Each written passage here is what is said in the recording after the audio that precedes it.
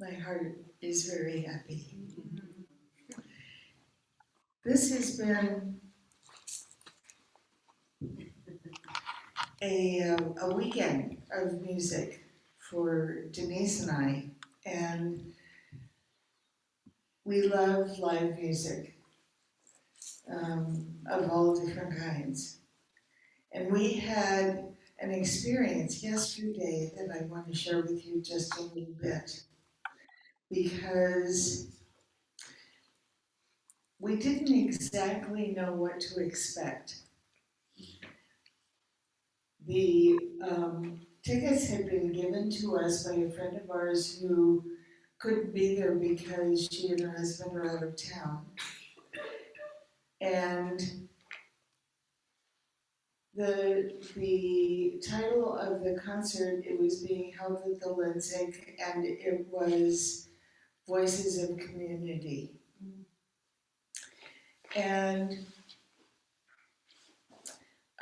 we had attended the rally yesterday, and then we thought we were going to come home in between, and well, life happens in Santa Fe. And so we just sort of moseyed around town until it was time to go to the concert, which was early. It was 4 o'clock. And this was an unimaginable experience. 200 voices.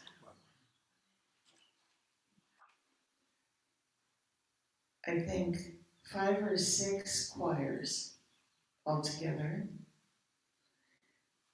And for the second half of the program, they were joined by 50 musicians who are with the Albuquerque Symphony.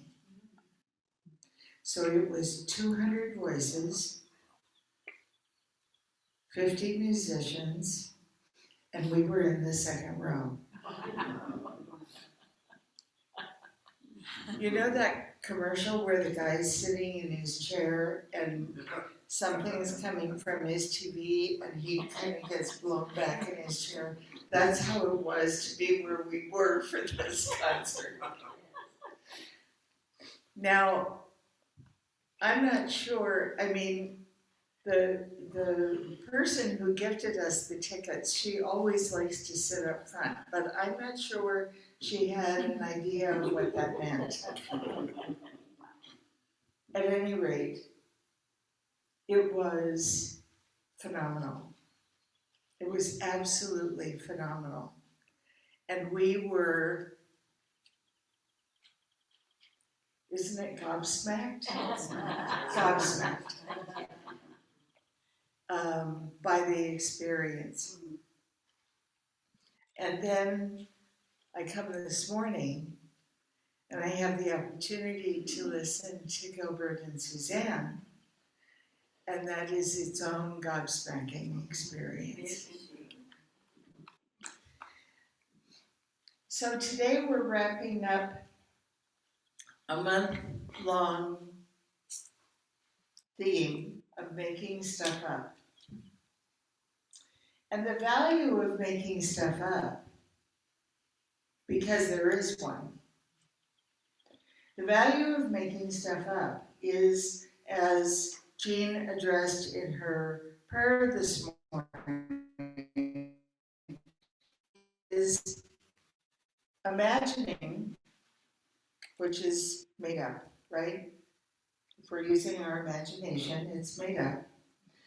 Imagining how we will feel differently, how we anticipate feeling differently, how we anticipate feeling better when whatever situation it is that we are praying for an improvement in, when it improves. And it's very important to cultivate that process of imagining how we anticipate feeling better with better circumstances. Because if we aren't imagining how we anticipate feeling better, then we are still in our feelings of dissatisfaction, to say the very least, unhappiness, worry, fear, name it. We're still in that experience while we're praying for something new. And the two things don't go together. They don't support each other. And it's important that we support. This is part of what's ours to do, in case you wonder. It's important for us to support how we anticipate feeling with an improved situation by thinking about it. One of the reasons that it's important is because then we aren't thinking about our dissatisfaction, our unhappiness. We're thinking about a positive anticipated change. Make sense? Hi, Claire. Hi. So focusing, taking some time to focus. I mean, there are actually whole books written about this, where you develop a daily practice of taking time, even if it's just 5 minutes, to focus on how you anticipate feeling better with a better circumstance, with a resolved circumstance.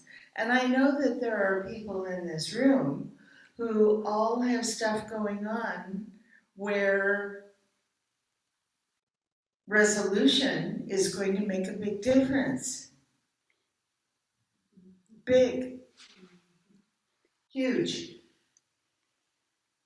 And can't you imagine when Deanna Joy was told by her oncologist that she's a miracle yesterday, can't you imagine that she may have felt excited about that?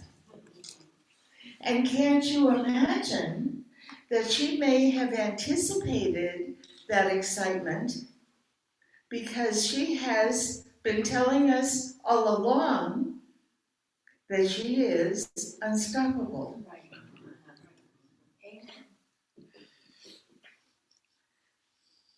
That's what I'm talking about. This isn't hard. It isn't complicated. It isn't asking something of us that we don't know how to do. We've known how to do this since we were this big,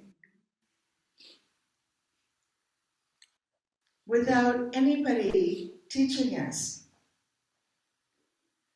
I'm just here to remind us all of the value of feeding that process and how that contributes to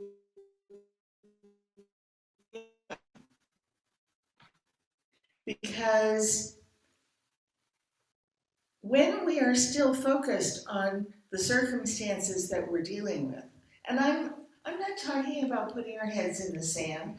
I'm not talking about pretending that it's not happening. I mean, I can't imagine Laura, for instance, pretending that she hasn't had, how long has it been now? Oh, it's about 5 weeks now. 5 weeks of plumbing problems. And I'm not just talking about small ones. I'm talking about big dang plumbing problems where rooms get flooded and things. I'll spare you the details. Now, she has to be focused.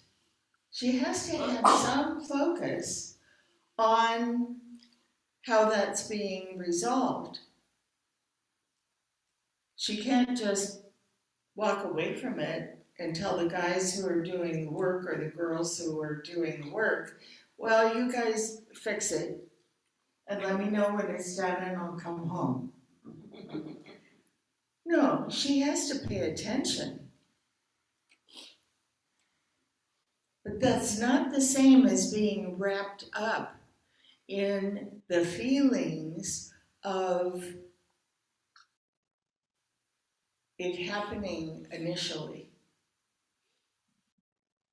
Because when it happened initially, she had a lot of feelings. But they weren't about an improved situation. They were about the existing situation. So it's important for us to move, can you see, from where we begin to the improved feeling, the improved situation, the resolved circumstance. Because I've talked a lot this month about preparation. That's part of our preparation that makes room for the improved circumstance to actually happen. And I know that it seems obvious, well, when this happens, I'll feel better. What if you could feel better already? Even though the it is still in process. What if your trust in the process could be such that you felt better already? Maybe not jumping up and down better. Maybe not thrilled with your socks rolling up and down better, but better. Because we know if we're using our practice, if we're using our principles, we know that the universe works in very specific and predictable ways. And the more faith that we have as we approach that life that is our life and say, yeah, okay, it would be great if I didn't own this house that has become a burden for me, and I had the perfect place to live here in Santa Fe that I could easily afford.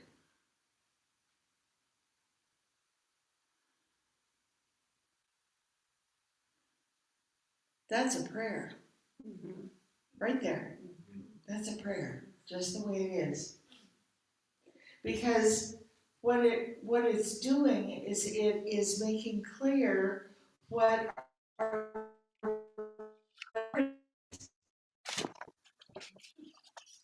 and our priority is having the perfect place to live for this particular individual, the perfect place to live that she can easily afford without difficulty, without worry, without concern, that she can absolutely trust that this is how the process works.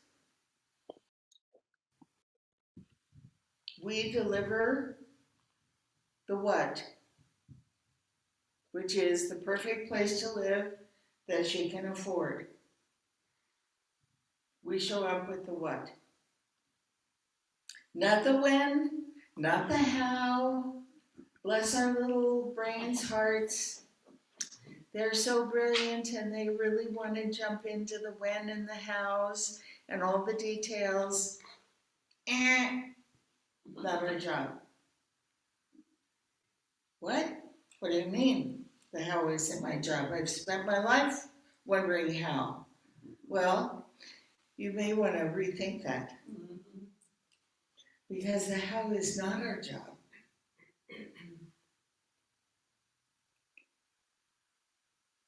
What's our job? Trust. Exactly. Trusting the process. What's the process? I speak my word and it is fulfilled. That's a process. But isn't it more complicated than that? Don't I have to, have degrees and special training and all that? Nope. That's the process.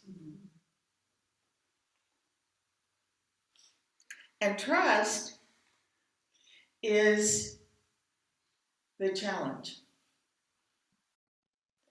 Because we can all imagine feeling better with a better circumstance.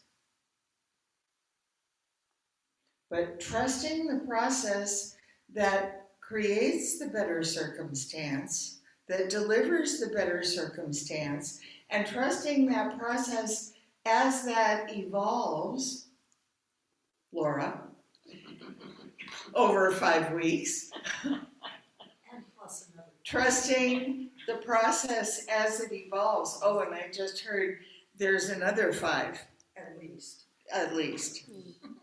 Trusting the process as it evolves can get a little challenging because we can get a little antsy. Can we not? Come on. I'm tapping my foot. You guys can't see it, but I'm tapping my foot. We can get a little antsy because when do we want it? Now. Right. We want it now. So why can't we have it now? If we speak our word and it is fulfilled, why can't we have it now? Because we put up blocks. No. Patty says it's because we put up blocks. Really? We get in the way of our own good? Who would have thought that we get in the way of our own good? It's called doubt. Well, what a silly thing that is. Oh, and it's called doubt. Oh. And why does doubt happen, Because Patty? we don't trust. Because we don't trust. We aren't prepared. And we aren't prepared. We don't trust and we're not prepared. And now we're back to square one.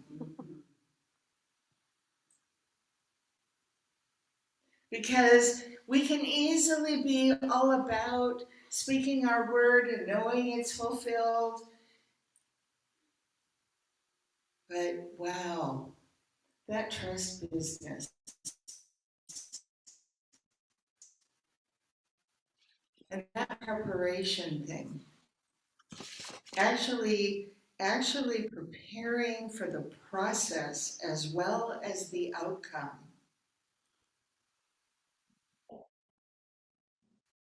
That's a big job. Mm-hmm. It's a big job because we're not used to it. We're not used to that investment. We're not used to the investment of preparation. And what I mean by preparation is not only making room for the resolved circumstance, but making room for all the room that's required. All the room that's required for the process. Wow. That is not our pattern. Not typically. Let me see. Nope. It's not our pattern. Our pattern is to want it now. Now, Laura's circumstance is one circumstance.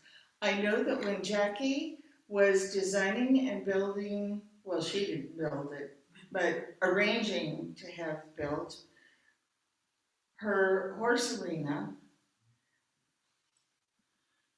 she knew it was going to take a while to make happen. I mean, there are things that we know are going to take a while, and they're going to take skilled others to help to facilitate. But in the meantime, what are we doing? We're looking at what's not yet done instead of seeing it done. Now, Jackie, I know for sure, is really good at this. She is really good at seeing it done. And how long it takes is not the point.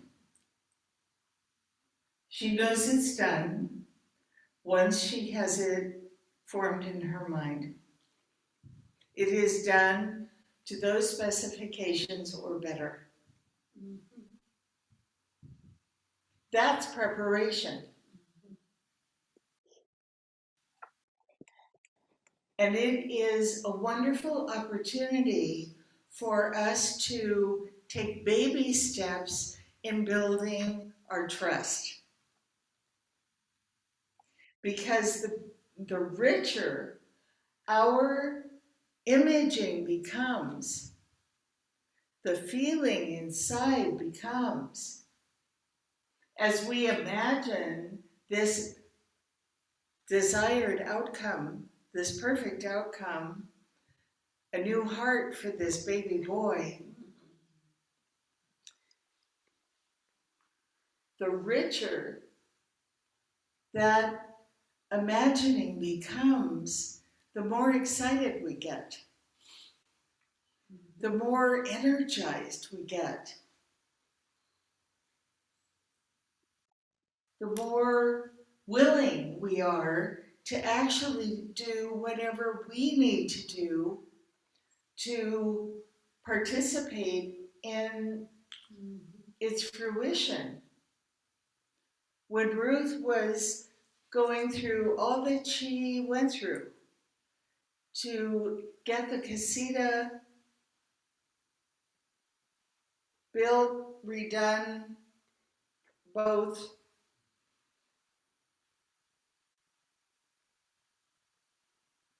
she knew what she wanted as the outcome very clearly. And yet she really hit some speed bumps with having reliable people to do the work. And that threw her off center with her trust. As I'm here to say, I think it would most people. If somebody takes a big deposit and doesn't show up, that's enough to throw anyone a little off their trust, right? So how do we get back? How do we get back to where we want to be? Because we don't want to give our trust away. We want to stay in trust about whatever this thing is that we are wanting as an improved situation, circumstance, condition in our lives. How do we get back? We call a practitioner. You know, I don't pay her. She just just shows up with this stuff. So we call a practitioner. Could that be a good idea? Yes. Now, why might that be a good idea? Anybody okay, let me ask this question differently. Is there anybody in this room who is a little unclear about what practitioners do or are for? Great. I always am happy to have an audience. So let me come over here and talk to you. And don't go too far.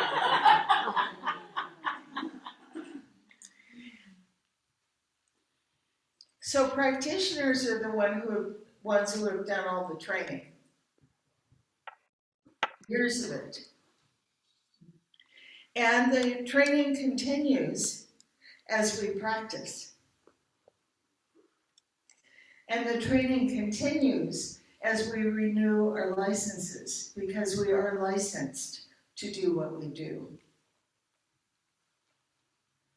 And there is training required, as there typically is with licensed people in various walks of life. There is training required to qualify to renew our licenses. So not only do we actually have to be doing the work, there is study required and continues to be required throughout our time as a practitioner. And after 20 years, a practitioner might, they don't necessarily, but they might be recommended to become an emeritus. And what that means is that they've practiced enough. And they've studied enough. And they've dressed up and shown up enough for the people they serve. And you're all being served, whether you know it or not, by these individuals who have done all this work. And what is the work that a practitioner does? The work that a practitioner does is exactly what I'm talking about, is to take your word,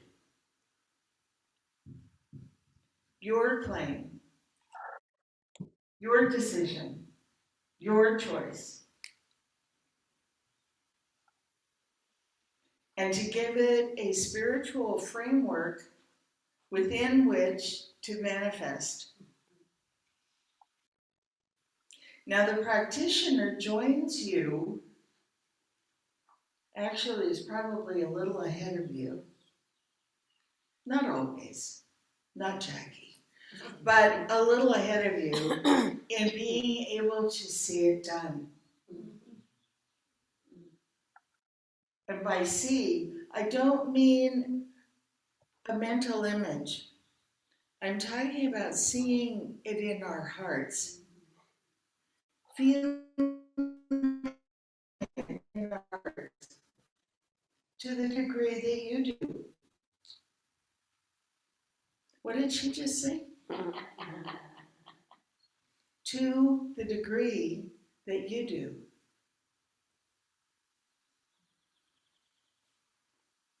So if you're a little wobbly about the ideas that you have, the images that you have about an improved situation, our image can't be more clear than yours. We know that in Divine Mind, there is an image of perfect resolution, but we're working with your idea. So we are kind of like the intermediary between your idea and Divine Mind. Because what we know is that your idea can develop into the perfect place for the divine idea to unfold, which is a version of your idea, but better. Right. It's a version of your idea that has some extra bells and whistles and bling for Deborah included. That maybe you thought in your version of the perfect housing couldn't happen.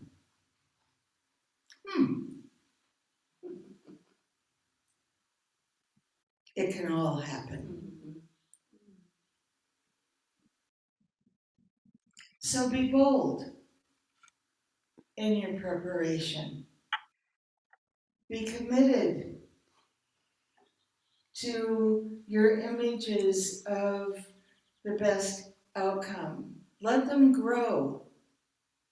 And let your trust in the process grow around them.